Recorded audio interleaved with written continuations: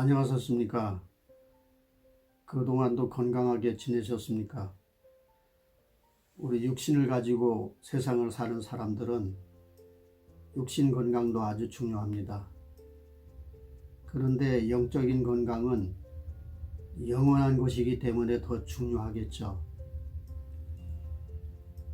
제가 이제 세 번째 시간인데 오늘은 창세기 1장 9절에서 13절까지 내용을 가지고 말씀을 드리려고 합니다. 많은 은혜를 받으시고 은혜가 좋으시다면 구독을 눌러주시기 바랍니다. 이 시간에 본문을 가지고 은혜를 받을 제목은 열매 맺는 성도, 이런 제목으로 말씀을 드리겠습니다. 하나님이 이 세상을 창조하시고 지구를 만드실 때에 하나님은 살아계시기 때문에 지구도 살아있는 지구를 만드셨습니다. 무슨 말이냐 하면은 생명이 있었다는 뜻이죠. 모든 삼라만상이 죽은 것이 아니라 살아있게 만들었다. 그런 얘기를 드리는 것입니다. 그런데 여기에 본문을 보면은 바다를 만드셨고 물을 한 곳에 다 모아가지고 바다를 이루셨어요. 그리고 무토를 가지고 땅이라 칭하셨고 따라서 땅에는 열매 맺는 채소, 나무 이런 종류대로 다 만드셨다고 했습니다. 그런데 그 바다에는 생명이 우글거리는 이러한 어족들이 많이 있었습니다. 그런데 우리 하나님께서는 생명을 좋아하십니다. 생명이라고 하는 것은 뭐냐면 죽은 것이 아니고 산 것을 좋아했다, 이런 말입니다. 살아 움직이는 것. 모든 삼라만상이 살아있는 자체로 창조하셨기 때문입니다. 이렇게 자연은 생명이 있어서 산 그대로의 그 하나님의 창조한 그런 계획대로 이렇게 살고 있습니다. 여기서 중요한 것이 뭐냐면은 사람은 맨 처음에 하나님이 창조해서 만드셨을 때에 영원히 사는 생명체로 만들었습니다. 물론 이 세상에 있는 모든 자연도 그렇게 만드셨습니다. 자연과 더불어 하나님의 창조 세계에 되어 있는 모든 것 더불어 이제 성도 여러분도 이 사람들도 생명이 영원해서 그대로 살게 만드셨습니다. 그런데 중요한 것이 이 세상의 모든 것은 다 살도록 만들어 주셨고 생명이 있게 만드셨지만은 사람은 자유를 주셨습니다. 무슨 얘기냐면은 바다에 사는 어족들은 그 바다에서만 살고 많은 동물들은 이 땅에서만 살게 만들어 주셨어요. 어떤 하나님이 만들어 놓은 그런 울타리 내에서 살도록 만들어 주셨기 때문에 그들은 자유가 없어요. 자유. 생긴 그대로 살게 해 주셨습니다. 저 광야에 돌아다니는 짐승들도 그 짐승 때 그 짐승 때에 사는 방법이 있어요. 그 방법 밖에서는 살지 못하도록 했습니다. 근데 딱 그냥 하나님이 만들어 놓은, 그렇다고 해서 감옥과 같은 그런 곳이 아니고 만들어 놓은 어떠한 룰 속에서 살도록 해 주셨습니다. 그 룰을 떠나면은 살 수가 없는 그러한 세상으로 만드셨습니다. 근데 사람은 자유를 주셨어요. 자유. 얼마나 큰 축복인지 모릅니다. 이 자유 안에서도 마음대로 살 수 없도록 했는데 그 사람은 그 자유를 애매하게 욕심을 가지고 잘못 사용했기 때문에 오늘날 모든 사람들이 이 난관을, 이 고생을 일생 동안 할 수밖에 없도록 그렇게 살고 있는 것입니다. 자, 본문은 이 바다에 사는 어족들 모든 종류대로 생명이 있어서 자기네들이 그러한 룰대로 생활을 하는 것입니다. 그 생명체는 하나님 보시기에 무척 아름다웠고 좋았습니다. 왜냐하면 하나님이 만들어 놓은 창조의 법 안에서 그들은 살아가고 있고 또한 그 법을 떠나서 살지 않기 때문에 하나님이 좋아하셨다 이런 말입니다.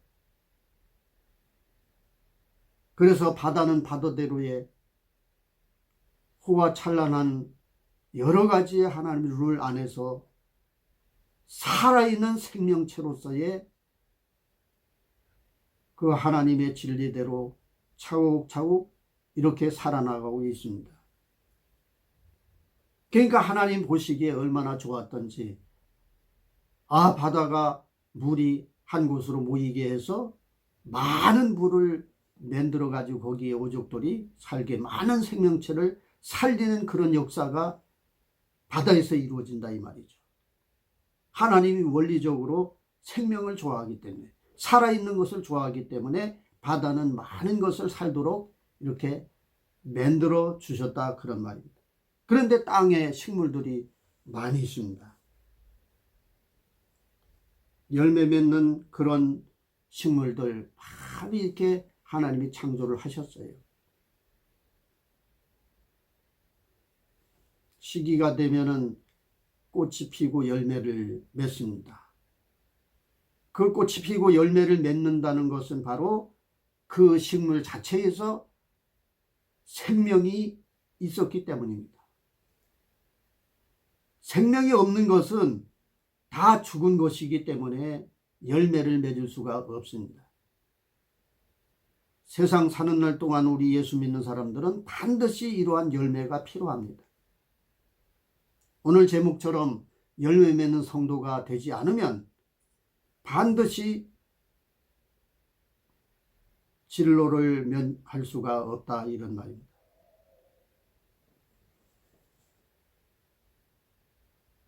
그런데 우리에게 첫째 아담은 말할 수 없는 진로 아래에 있었습니다. 하나님과의 언약을 깨뜨려 버렸기 때문입니다. 약속을 이행하지 않았기 때문입니다. 하나님의 법을 떠나서, 그 약속을 떠나서 자기 자유대로 살았기 때문에 그는 저주를 받았고 또한 엄청난 고생으로 시달리게 되면서 세상을 살다가 죽게 됩니다. 결국은 흑인이 흑으로 돌아가리라 하는 그 말씀대로 되어버리고 마는 것입니다. 그런데 많은 생명체들이 움직이면서 살아가는 모습들이 너무나 하나님이 아름답게 보이시는 거예요. 그런데 그 관심사는 어디에 뒀느냐 하면은 사람에게 뒀다. 이게 조금 더 가서 사람을 만드시는 과정을 여러분에게 나타내 보여주시겠지만은, 목적은 사람을 만드셔서 자기 자녀로 삼고 그 자녀들의 찬양을 또 기쁨을 칭송을 받으려고 하는 하나님의 마음인데, 그 하나님의 마음을 읽지 못하고 하나님의 마음을 떠받들지 못하고 자기 자율대로 법을 어겼기 때문에 그 생명이 그 속에 있지 아니하게 된 것입니다. 그래서 우리가 신약시대에 예수님이 온 이후로 예수님을 받아들이는 사람은 첫째 아담 안에서 죽은 영혼이, 다른 건 다 살았는데 지구도 이 생명체가 있어서 살아가고 있는데, 자, 하늘의 별들이 왔다 갔다 아주 상당히 빛을 발하고 있지 않습니까? 그거는 하나님 마음속에 벌써 그 생명체가 있다는 것입니다. 그런데 이 생명이 죽어버리는 이런 사람의 그 법도를 떠나서 그 죽음의 세계에서 다 사는 사람을 독생자 예수님을 보내서 다시 한번 살게 만들어 주셨습니다. 속에 예수님이 들어가 있는 사람은 다시 산다는 뜻입니다. 다시 생명을 그 속에 불어넣어 주는 거나 마찬가지입니다. 사람을 만드셔서 생기를 불어넣었기 때문에 사람이 숨을 쉬고 살고 있었는데, 하나님을 어기고 자기 자율대로, 자기 생각대로, 자기의 수단대로 나갔던 사람들은 죄악을 범함으로 인해서 영혼이 죽었다 이 말이에요.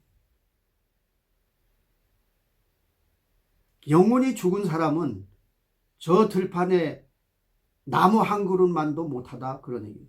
그 나무는 하나님의 창조의 어떠한 법도를 지킴으로 인해서 때를 따라 꽃을 피고 열매를 맺습니다. 이 얼마나 하나님의 창조의 그 법을 지키고 있지 않습니까? 그런데 사람은 영혼이 죽었기 때문에 하나님을 버리는 것입니다. 하나님을 모른다고 하는 것입니다. 그래서 신약시대의 예수님이 이 세상에 왔더라도 사람들은 모른다.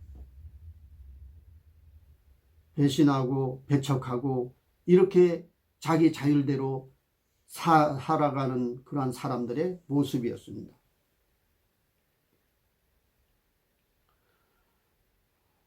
그런데 다시 회복해야 됩니다. 이 회복이라고 하는 생명체의 회복이라는 것은 여러분의 속에는 생명이 있습니다. 이 세상에 죄로 말미암아 더러져서, 죄로 말미암아 어지러워져서 혼돈돼서 이제 생명이 죽었기 때문에, 죄로 말미암아 생명이 죽었기 때문에 그걸 예수님으로 말미암아 그 생명을 다시 하나님과 이어질 수 있는, 생명의 끈을 이어질 수 있는 그러한 하나님의 말씀의 진리의 사람들로 다시 거듭나야 된다 이런 말. 그렇지 않으면 우리는 하나님과 끊어져서 영원히 멸망받을 수밖에 없는 자리에 설 수밖에 없습니다. 그래서 하나님이 창조해 놓은 바다는 바다 나름대로 자기 할 일을 다 하고 있습니다. 땅은 땅대로 할 일을 다 하고 있습니다. 때를 따라 꽃을 피고 열매를 맺게 하고 있습니다. 그런데 사람만은 하나님을 떠나 있다 이 말입니다. 그 외에 떠나 있다고 할 수 있습니까? 그건 자기 자율대로 살았기 때문에, 하나님 법대로 살지 않고 자기 생각대로 살았기 때문에 그게 죄가 돼서 결국은 하나님과 끊어졌답니다. 하나님과 끊어진 것을 어떻게 이어지고 다시 생명체로 하나님을 기쁘게 할 수가 있는가? 하나님과 그 생명의 끈을 이어질 수 있게 만든 바로 예수님이 여러분 속에 들어가야 된다 그런 얘기예요. 이 생명이라고 하는 것은 아주 중요한, 생명이라고 하는 것이 뭐냐면 살아있다고 하는 얘기입니다. 동물이 그 속에 생명이 없으면 아무 소용이 없죠. 사람이 그 속에 생명이 없으면 사람으로서의 본분을 다할 수가 없는 거죠. 그뿐 아니라 모든 방면에 생명이 없으면 다 죽은 거나 마찬가지. 그것이 창조하기 전에 되어 있던 혼돈 상태, 또 흑암의 권세 속에 휩싸여 있을 때의 일과 똑같습니다. 이 시간에 이 방송을 듣는 여러분들은 예수의 생명을 받으셔야 합니다. 그것이 바로 십자가에 우리 때문에 돌아가신 예수님의 피공로로 거듭난 그 생명체가 여러분의 속에 말씀 안에서 역사가 이루어져야 합니다. 다시 한번 그 십자가의 생명체의 그 부활의 생명, 또한 거듭남의 생명, 죽어있는 생명이 하나님 말씀으로 더불어 확실히 살아있다고 하는, 확실히 산다고 하는 이러한 진리 안에서 성공하는, 열매 맺는 성도가 되어야 됩니다. 그 다음에 여기 보니까 저녁과 아침이 되니 하나님이 좋았더라 이렇게 했습니다. 저녁에는 사람들이 일을 마치고 집에 돌아가는 그런 시간입니다. 해가 떨어지는 시간입니다. 깜깜함이 들어오는 시간입니다. 어두운 세력이, 판을 치는 세력이 곧 저녁입니다.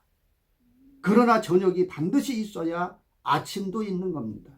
저녁이 없는 아침은 있을 수 없어요. 이것이 하나님의 창조의 계획인 것입니다. 그러니까 저녁이 반드시 온다. 그러므로 아침도 또 온다. 모든 사람에게는 저녁이 있습니다. 어둠이 있습니다. 그래서 우리 믿는 사람에게도 잘못하는 것이 있고 하나님 마음에 들지 않는 저녁 같은 시간이 들어옵니다. 그럴 때 정신을 차리고 우리가 하나님 말씀대로 바로 돌이켜서 서 있어야 됩니다. 그렇지 않으면 예수님과 끊어지는 거예요.